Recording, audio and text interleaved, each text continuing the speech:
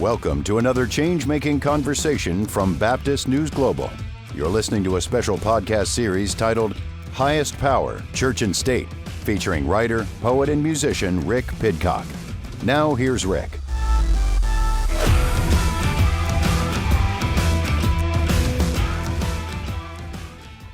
Hello, everyone, and welcome to the Highest Power Church and State podcast. I'm Rick Pidcock, and I'm your host, and this is a new podcast from Baptist News Global. You may be aware BNG has the Stuck in the Middle with You podcast, and that one focuses a lot on the history of the Southern Baptist Convention and on different practical topics related to Baptist church life. But we also wanted to have a space where we can examine the broader news going on in society. I attended a post-election postmortem at Notre Dame that was led by Kristin Du Mez, and one of the things that kept coming up during that time was how the right and Christian nationalists and Trump and J.D. Vance took advantage of these podcasts during the 2024 election, and they were talking about the need for us to get more into podcasting and to utilize this space as a way of discussing these issues related to Christian nationalism. And then once Trump came in office, it's been one thing after another. As many of you may be feeling right now, it's like, a story happens, you may have a reaction to it, and within 5 minutes, there's another story going on. Just in just the past week, we've had some of the major headlines. We've got Trump talking about taking and owning Gaza. We have Trump taking over as the head of the Kennedy Center board. We've got U.S. aid being shut down, which is costing lives all around the world. We've got the Consumer Financial Protection Bureau being shut down. In stories that have been covered by BNG, just in the last few days has been we've talked about refugee resettlement ministries suing the Trump administration, or Pope Francis calling on U.S. Catholics to listen to Jesus rather than Trump on immigration. Or we've got 27 other religious groups suing the federal government to stop ICE raids at churches. And then there's also the Super Bowl halftime controversy, which has been a topic of discussion on social media this week. We've got Paula White Cain back in the White House to lead the White House Faith Office. There's just, it's just one thing after another. And if you wait like 3 days to put out something or to talk about something, we may be on to completely different topics. And it's just a lot to process for people. On one part of it, there's the issue of, number one, what are the stories that we need to focus on? When Trump first swore in, Democrats and different journalists were saying that we can't choose everything. We can't focus on everything. That some of the stories are smoke screens to distract us from what's really bad. But as it's really shaped out over the last couple weeks, pretty much like all the stories have been really bad. And, how do you even decipher what's a smokescreen when it's actually quite a bad story? And how do you know which stories to deal with? Well, also, once you do pick a story, how do you determine what's true within that story? I'm thinking about the meeting that Musk had at the White House, in the Oval Office recently, where his son was there. And when you listen to Musk talk about the actions that his Doge department have been taking, like he talks a lot about how, it's just common sense things. Like he talks about how, we've discovered people receiving Social Security checks who would, if they were really alive today, they would be 150 years old. Or checks going out to companies on a do not pay list. And he's like, if they're on a do not pay list, we shouldn't be writing them checks. And so he really presents it as if it's we're just taking these common sense, line items things. But there's a big difference between finding some line items that don't make any sense and shutting down entire government agencies that are going to cost lives all over the globe. And so how do we think about these stories? And then also, how are we processing our feelings about it all? This is bringing up feelings like anger or grief or bewilderment, fear, hopelessness, righteous indignation. How do we process our feelings not only when we're seeing the news, but then when we go on social media and we see family and friends either being silent about these issues and stories, or worse, being celebratory, as if these stories are good things that are happening. And so some of those things are going to be what we're going to be focusing on in this podcast. I wanted to call it highest power because I think there's this power hierarchy is really what's going on in these political and religious worlds. And one example is this audio clip of John MacArthur from a number of years ago when he told Beth Moore to go home. The primary effort in feminism is not equality. They don't want equality. That's why 99% of plumbers are men. They don't want equal power to be a plumber. They want to be senators, preachers, congressmen, president, the power structure in a university. They want power, not equality.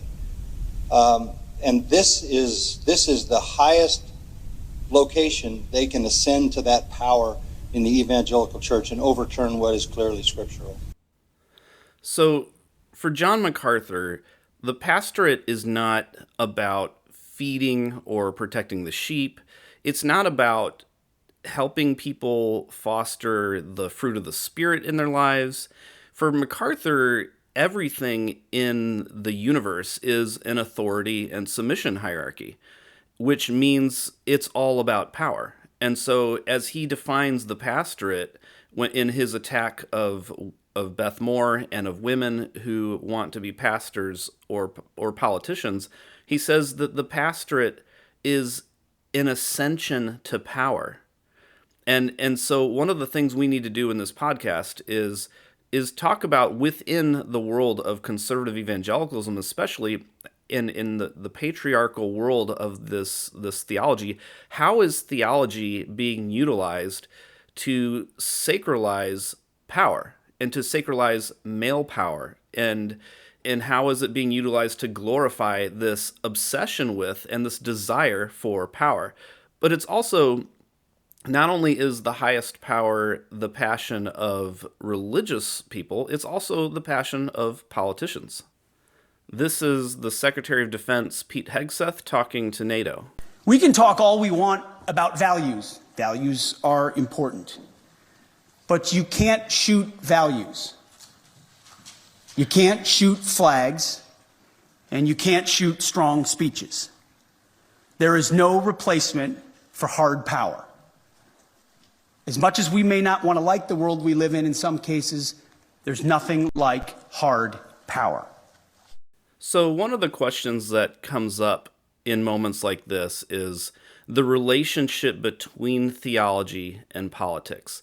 Did the theology of power that John MacArthur promotes lead to the politics of Hegseth? Or are violent, political, power-obsessed men like Hegseth tapping into the theology of MacArthur and those like him in order to simply justify their own cultural pursuit of power? And I think what we need to realize in a lot of this stuff is some of this question is like, the chicken or the egg, which one came first? The problem is that they're both speaking the same language. One may have influenced the other one may have influenced the other one.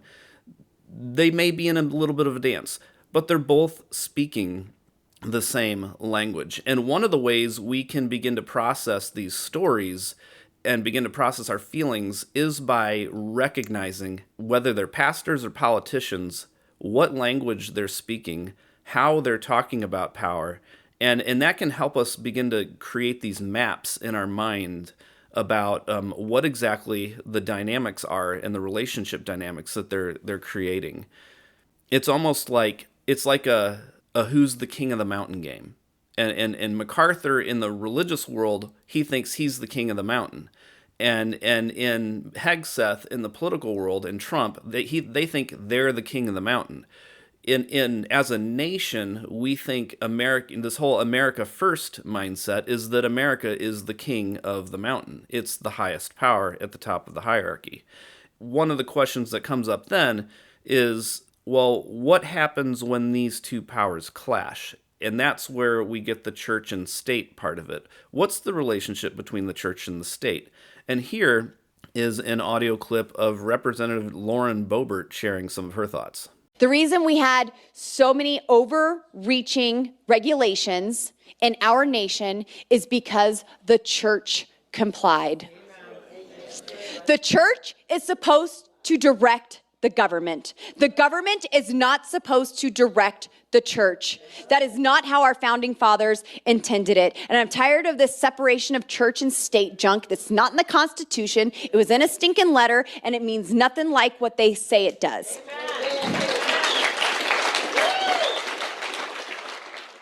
So ironically, this stinking letter that she's referring to was, of course, written by Thomas Jefferson to the Danbury Baptist Church in order to explain the founders' intentions behind the First Amendment so that they could reassure the church that the government wouldn't attempt to control their religion.